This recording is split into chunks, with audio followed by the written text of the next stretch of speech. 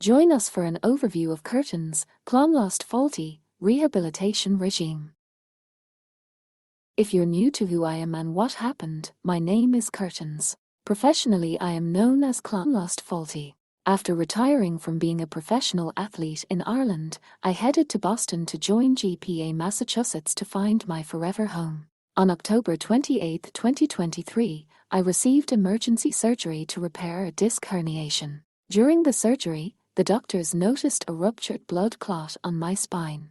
My diagnosis has since been changed to a fibrocartilaginous embolism spinal stroke with a disc herniation. We are doing everything we can to see if I can walk again, and this video goes over all that I do in a day. I do a light version on Sunday. But yes, we do everything you see here every day. So let's get started on my daily rehab regime.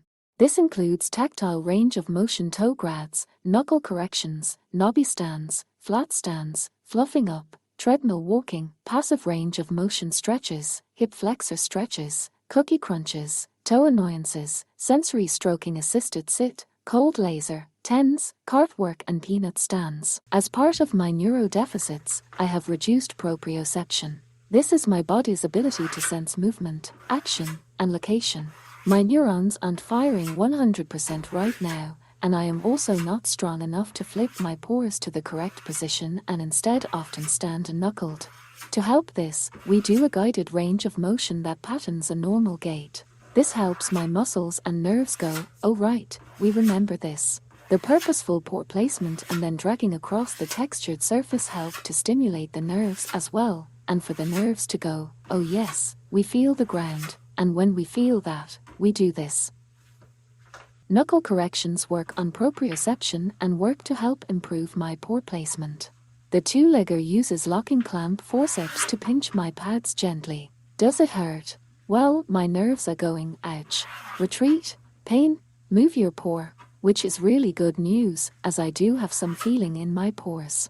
It is neat to watch as my body has that response to the pain to withdraw my pore, and then for my pore to feel, for the ground to stand on. This is where proprioception comes into place. My nerves don't fully know where my pore is and where the floor is. They know it is somewhere, so we are going to be a bit more gentle in lowering to solid ground. With the knobby stand, we use a half ball that has knobs on it. The knobs help my proprioception of where and what my pores are on. I can feel the ground. And yes, it's a bit annoying. I will say this is my least favorite. After I find my balance, I try to step off the knobs. The flat stand is just that. I stand on a textured surface. I am not freestanding yet as I still need some guided assistance, and my harness helps take the brunt of my weight. Anytime my pores are on the ground, neural re-education is going on.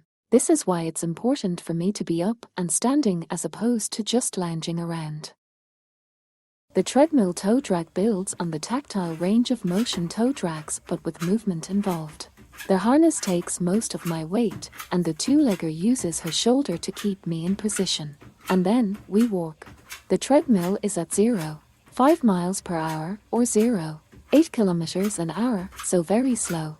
You can hear as the two-legger firmly places my pore on the treadmill and then exaggerates the flip of my pore. Exaggerates. This is all to help my nerves and muscles to remember how to function. Next comes the assisted placement on the treadmill. The two-legger will ever so lightly support me, usually on my stifle but also sometimes on my glutes or hocks. This contact is usually enough for me to properly walk and flip my pores. Unfortunately, we only had that one day of unassisted spinal walking, which means there is still a chance. The goal of passive range of motion physical therapy exercises is to keep me flexible and improve and maintain my range of motion. Passive range of motion also aids in promoting healthy joint functionality and proprioception. We don't want my muscles to atrophy and my joints to stiffen. With passive range of motion stretching, it is important that the person knows the motion of the joint and muscles and how to stabilize the joint as well. I can't tell her if she is pushing me too hard or overextending, or holding the stretch in the wrong way. So, don't try these at home willy-nilly. Next comes my iliopsoas, or hip flexor range of motion and stretching. These muscles help the hip flex and bring the leg forward and up. Like with people, these are little and very important muscles to keep supple. Cookie crunches. These are the best. Who thought doing sit-ups with treats was an exercise? These are fun and increase coordination, strength, and suppleness. We start with reaching back to the shoulder, then my midsection, and then to the hips. Thankfully, I love my kibble so much that we use that instead of treats so I can keep my girlish figure. The FU kicks are the best. By tickling between my toes, the two-legger is stimulating the nerves. This helps again with waking up my nerves and encouraging movement when they are irritated. Toe annoyances are just that, annoying. And yes, while the pinchy things may look harsh, they are needed to stimulate deep pain sensation. Superficial pain sensation is assessed by finger pinching the skin of a digit and represents a sharp, fast pain fiber response. However, deep pain sensation requires stimulation of the periosteum of a digit with a forceps and represents a slow, dull pain fiber that is small and more centrally located within the spine. So, the two-legger uses the pinchy things to provide a painful stimulus to my toes, and the response indicates the presence, or lack, of sensation. The withdrawal with toe annoyances is a very good sign. We all know greyhounds don't sit. This is a little of a cheat sit. To help prevent bed sores, I am still flipped every 4 hours. And it gets a bit boring being in the same position. To help keep my body used to different positions and postures and use some different muscles, I get to sit or sphinx. These range from 5 to 15 minutes, and to help pass the time, I get a full body scratch down.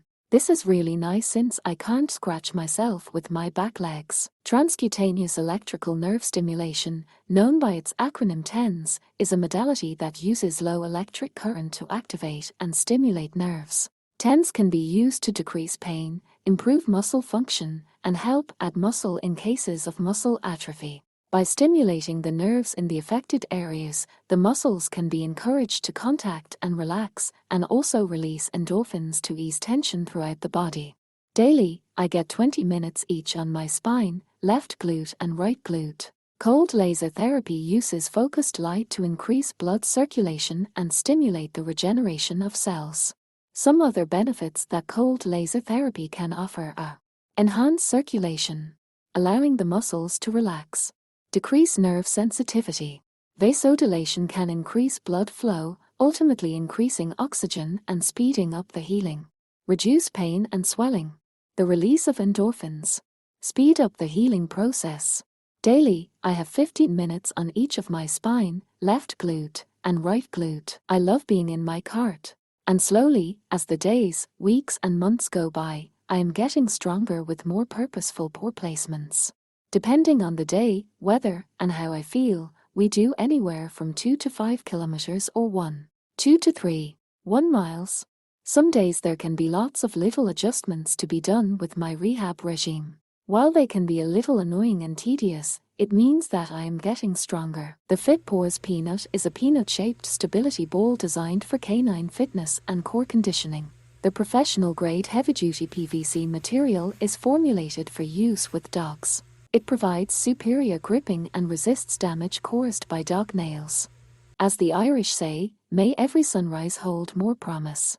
Stay tuned to see what tomorrow brings.